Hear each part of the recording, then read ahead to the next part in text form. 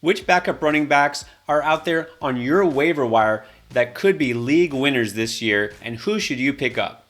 We're going to tell you. Welcome back to the Fantasy Endgame. I'm Pierre. He's Chris. We're going to talk handcuff running backs.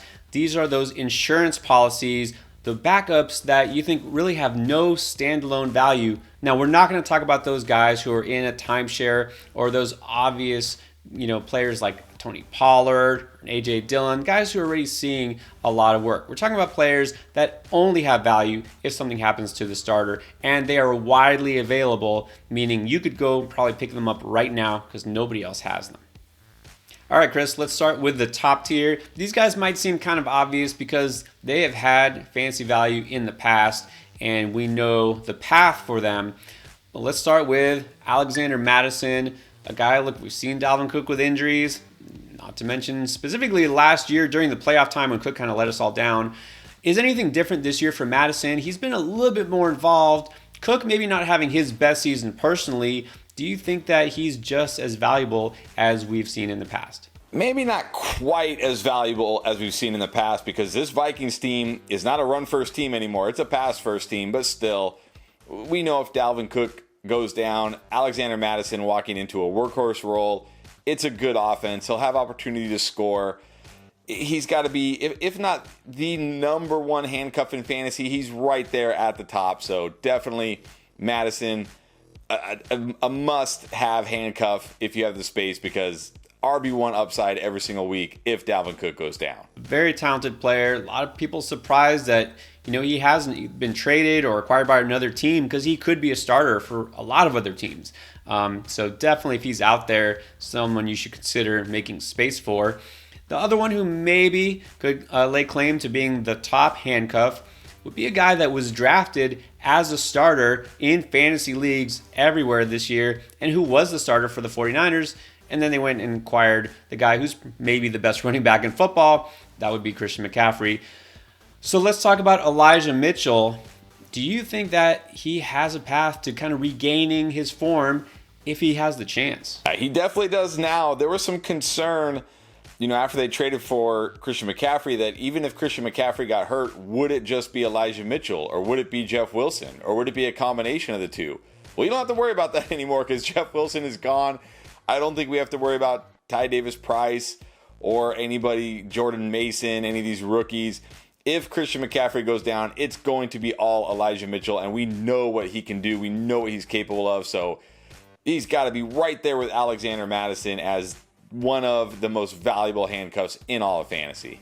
Yeah, any running back in that offense has value. If CMC goes down, it's going to be all Mitchell because obviously Davis-Price, Kyle Shanahan just doesn't seem crazy about him for whatever reason, probably because he was drafted. And he's going to basically be a guy who can go back to what he was supposed to be this year. Hasn't played only because of injury, but he's set to come back and be active in Week 10. So this is pretty much last call on Elijah Mitchell if he wasn't stashed by someone in your league. All right, next up is a guy who kind of stands alone in the next tier, and that's because it's an odd situation here. Jaylen Warren has been the backup to Najee Harris all year long, and now some people speculating, rightfully so, that maybe he's going to earn some more work just on his own. He's been more effective than Najee. It's been really a disappointing season for Harris. So what do you think Warren's value is? Do you think he even has a path to standalone value? Should he be added regardless of whether you have Najee? I think so because there's a path here potentially for him becoming the lead back without an injury. And you look at Madison, you look at Elijah Mitchell, you look at all the guys we're going to talk about right now, they all need an injury to become the guy. Jaylen Warren's the only one that doesn't. Now, on the downside, he's on the Steelers. It's a terrible situation. Jaylen Warren also not some elite prospect, right? He's a 24-year-old undrafted rookie, not a burner, not a crazy athletic profile. He's just as much of a plotter as Najee Harris is, honestly. So I don't know if Jaylen Warren has a ton of upside, even if he does get the job. But he's got the clearest path of any of these guys right now. So I think that's why he has to be in a tier of his own.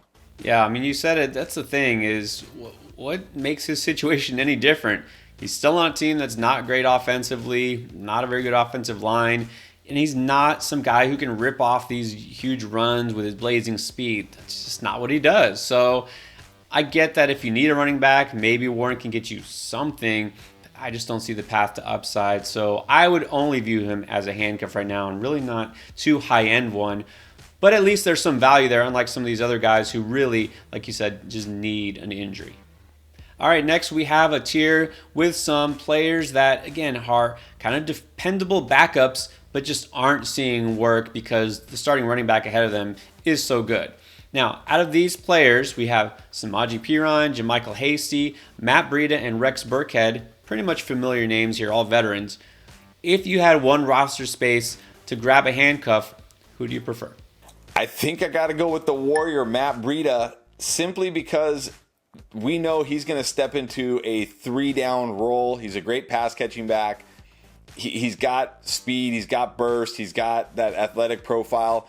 And the Giants are a team that just really wants to run the ball as much as they can, and they have a good defense that allows them to run the ball. So I feel best that Matt Breida, no, he's not going to, have nearly the upside of Saquon Barkley, of course, but I feel best that he's the guy that if Saquon goes down, he steps into a huge, share, a huge role on a team that wants to run the ball and uses the running backs heavily and uses the running backs in the passing game. So Matt Breida would be my pick.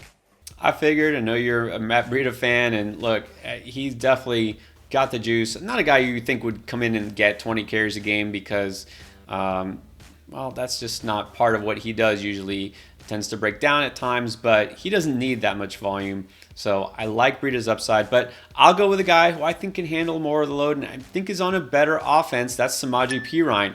Look, I get that the Giants have a better record, but Bengals, let's face it, better real-life offense.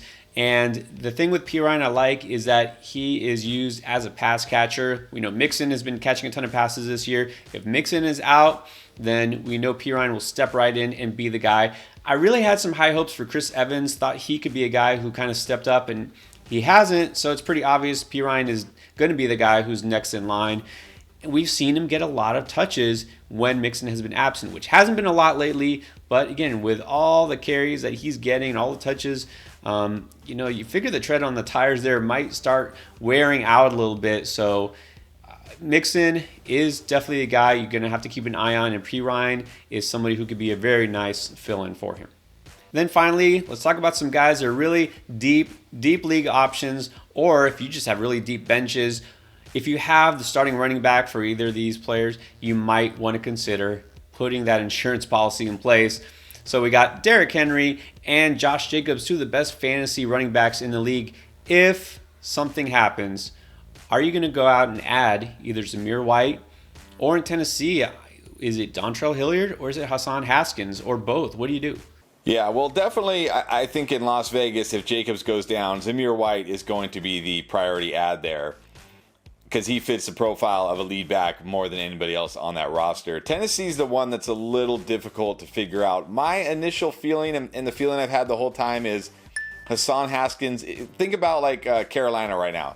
You got the Dante Foreman, the bigger back, the more the between the tackles type of back, and then you have Chuba Hubbard, who's more the get him out of space kind of back. Dontrell Hilliard is not a very big back. He's like 200 pounds. Hassan Haskins is built very similar to Derrick Henry.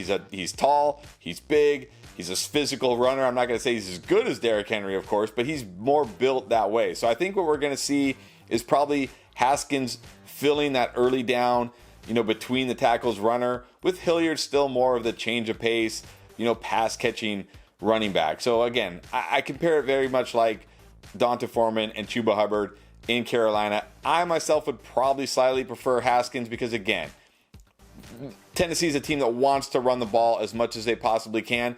Hilliard's not built for a ton of carries. Haskins is. I think I would slightly prioritize Haskins. Yeah, we know Tennessee is definitely committed to the run, and that does make sense. He would be the guy who all of a sudden gets those touchdown opportunities. He should get enough volume to have fantasy value. I got to go with my guy, Zamir, though. Zeus, I loved him in the preseason. Really had high hopes for him. I did not see the Josh Jacobs renaissance coming. Did not see a former Patriots OC just completely abandoning the idea of a committee and just saying, look, I'm going to have this one running back handle every touch. But here's the thing, since that's the way Josh Jacobs has been used, if Jacobs, let's just say tomorrow we're out the rest of the season, I think that's what we would see from Zamir White. Now, I know pass catching isn't his forte. We'll probably see a little bit more of guys like Amir Abdullah or Brandon Bolden, whatever.